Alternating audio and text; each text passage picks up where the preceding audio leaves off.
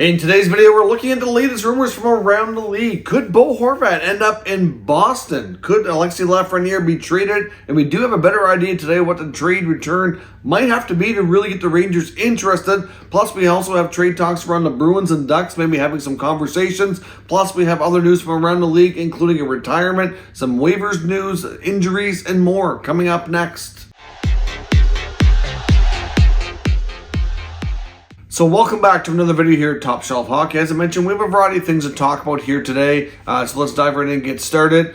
Former Washington Capitals Stanley Cup champion from their 2018 team, Devontae Smith-Pelly, also played with teams like the Ducks and Montreal Canadiens, and I believe he bounced around a little bit more for other teams in the minors, has announced his retirement from the NHL. So, of course, DSP was a player who was, I think, at one point had a lot of potential.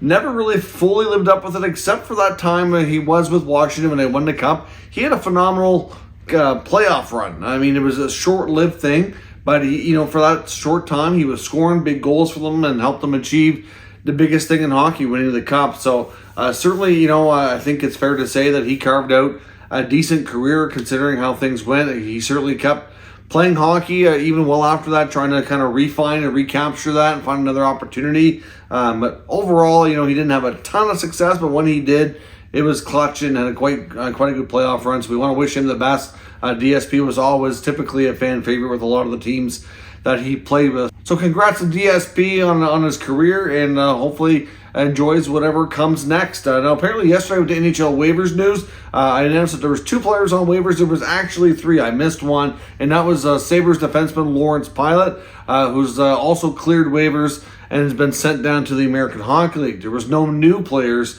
placed on waivers here today. Now, I also want to talk about a few injury updates, including the Ottawa Senators. The Sens came off a overtime victory against the Washington Capitals last night, and they did announce today, after arriving in Detroit and having their morning skate for their next game tomorrow against the Red Wings, that defenseman Artem Zub will in fact be back, so that's going to be a big boost to them. Zub is arguably their best defensive defenseman, their best defender, and they've been playing some better hockey coming out of the break, so that'll be a big boost for them.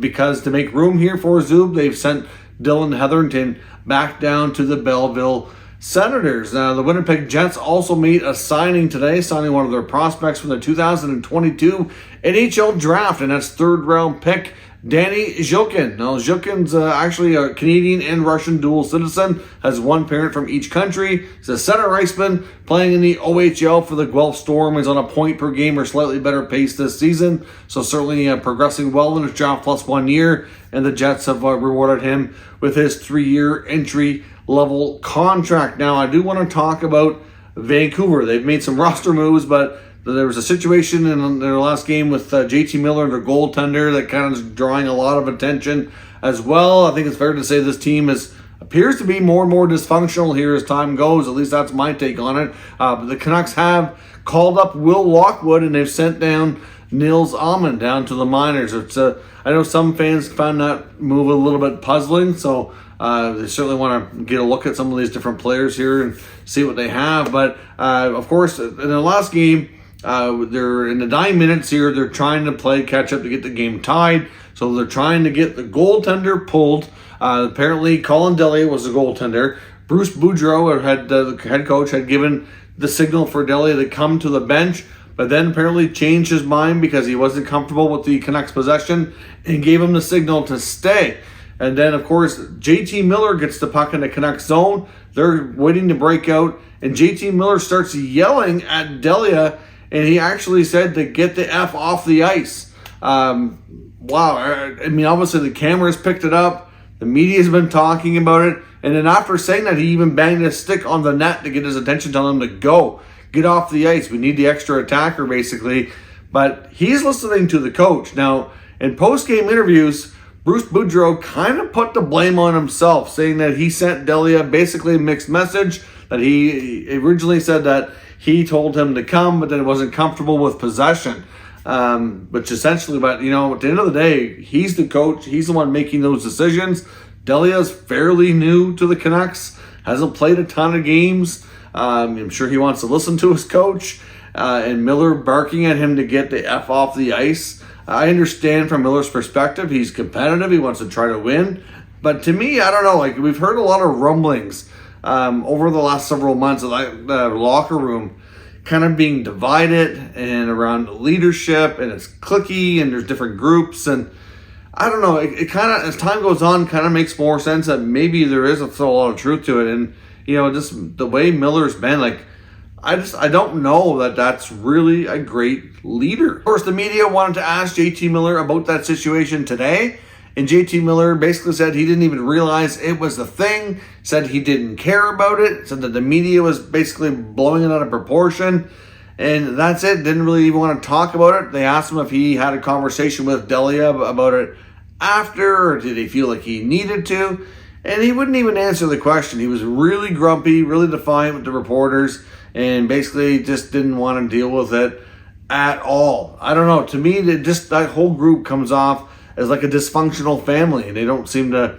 be on the same page. So be interesting to see how things go. We know we've heard all the rumblings. We're going to talk about some of them here today when it comes to Horvat. But man, oh man, I just don't know what's going on with that Vancouver team and in that dressing room. It just seems like things are really divided. It just get a bad vibe from that team for sure. Now, around the trade rumors for today, there is some speculation and talks that the Boston Bruins and the Anaheim Ducks may be having not only discussions, but it may be like advanced talks or deep discussions, if you will, around a potential trade. Now, the belief is that the Bruins, we know, which totally makes sense, that they're trying to find ways to create some cap space. They need to be able to make some moves later in the year. They need to create some more space to do that. They have some contracts on their roster that they're not happy with, that they put through waivers and have not been able to get picked up. So they're buried in the minors. We're talking about Mike Riley. We're talking about Craig Smith. And at the end of the day, one or both of those guys really need to go. They could really benefit from having that additional cap room. And it's believed that the Anaheim Ducks, of course, who are, you know, rebuilding and have dealt with their own fair share of other things, injuries and whatnot, that maybe they'll take a player. Now, of course, the Bruins will have to throw in something to make it worth their while. It's not like they're just going to take the player off their hands for nothing. But these teams have dealt recently as well. I mean, they completed the Hampus Lindholm trade last year at the deadline. Obviously, that's worked out quite well for Boston. Lindholm's been a terrific addition there in Boston, signed a big extension, and it seems to be well worth it. So could the Bruins and Ducks hook up on a cost-cutting move with some sort of incentive for the Anaheim Ducks? It certainly seems like there's discussions going on around it. It would make a lot of sense from both perspectives, really. Anaheim can weaponize their cap space to get something for the future. Boston can obviously shed some much-needed salary to do other things with, and it could be a win-win for both sides. So we'll see. Now, with that in mind, of course, the Bruins, like I said, are trying to create cap space to do other things. Could one of those other things be to acquire Bo Horvat or something comparable from a team like the Vancouver Canucks? Now, Nick Kyprios, of course, works for Sportsnet, has made a few predictions going into the new year since we're so close now to 2023, and he's predicting that Horvat to Boston makes a ton of sense, and that could be the likely destination where the Canucks captain ends up being traded to, and he does make some good points. Now, of course, from Boston's perspective, yes, they have Bergeron, they have Krejci, they're both older players, still playing really well, mind you. But, you know, could Bo Horvat be, you know, that kind of player that not only helps them, this year in the playoffs, go on a deep playoff run, but is also kind of like that player that can be like a bridge to get them to the next era of the team as they slowly transition away from Bergeron and Krejci. We don't know how long these guys are going to continue to play. Will they sign one-year deals again? We don't really know what the future holds for those two. They're only under contract this year, and it's difficult to say where things go, right? At the end of the day, they're getting into their later 30s. They're not going to play too much longer, and a guy like Horvat, who's significantly younger, could be a top six, probably even possibly top-line center for them in the not-too-distant future. Of course, if he continues to play like he has been this year in Vancouver, that could be a huge thing for them, because really, you take Bergeron and Krejci out of the picture, that top six center spots are going to be really hurting spots. Like, they do have some prospects that look good coming up here, a couple of them, but they're not really projected to be centers at the NHL level, and you don't have a lot of depth at the center position anyway. So from that perspective, it makes a ton of sense. Now, the part that would be very difficult would be, what are you going to give Vancouver to satisfy them? We've heard that Vancouver doesn't really see themselves as wanting to rebuild, so that they would obviously want a player who's maybe a comparable younger version of Horvat. So like a player who can obviously maybe make less money for shorter term, but give them hopefully something to build upon, but not we're not talking about a brand new drafted player here. They want somebody who's a little bit established, maybe in their early 20s, something to that effect. But Boston doesn't really have that. They do have some interesting prospects. I don't know that they'd want to trade a guy like a Fabian Lysell. I think they're going to really need him in the not too distant future. So you take that off the table. Who are they going to move is the question, right? I mean, Jake DeBrusk isn't too bad for age, but he's not a center. I don't know that they really want to move DeBrusk at this point, considering he's playing better and things have kind of settled and resolved itself around the situations they've had with him recently. So that's the hard part to see is what's the return going to be. It would have to be more futures based, in my opinion, for the Bruins to pull it off. And I don't know that Vancouver wants that. So as much as the deal does make a lot of sense, and I can see Boston pushing for it, it's also something that would be tricky to do. I mean, one thing that the Boston Bruins could look to include would be a guy like a Brandon Carlo. Now, we know that the Canucks certainly have issues on their blue line, and they could use a guy like a solid right shot defenseman. Carlo sits, checks those boxes.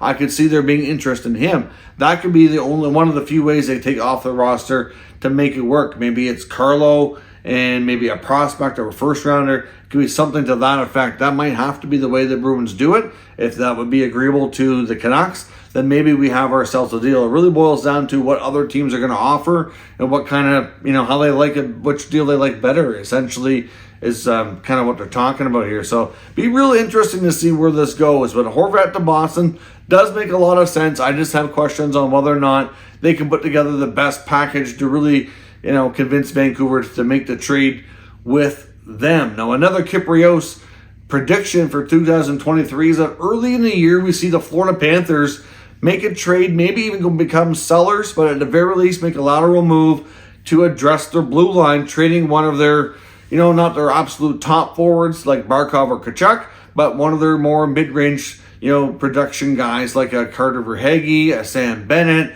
or maybe a Sam Reinhart, one of those types of players to address the blue line. To me, Verhaeghe is not a tradable player in Florida. You keep him at all costs. He's one of your top goal scorers. I think Reinhart or Bennett makes more sense if you're going to trade somebody. But they also have some bottom six guys that are not really living up to the task either. And of course, they're going to have Anthony Duclair in the mix here. I don't know what they do, but a guy like Bennett or Reinhart is probably your most likely trade bait player that you kind of go down and say, this is the player we're going to move, and you try to get yourself a solid top forward defenseman. Because right now, I think the blue line with the Panthers is by far their biggest issue. They do sometimes have questions in goal too, if Bobrovsky's not on par some nights, which is not consistent.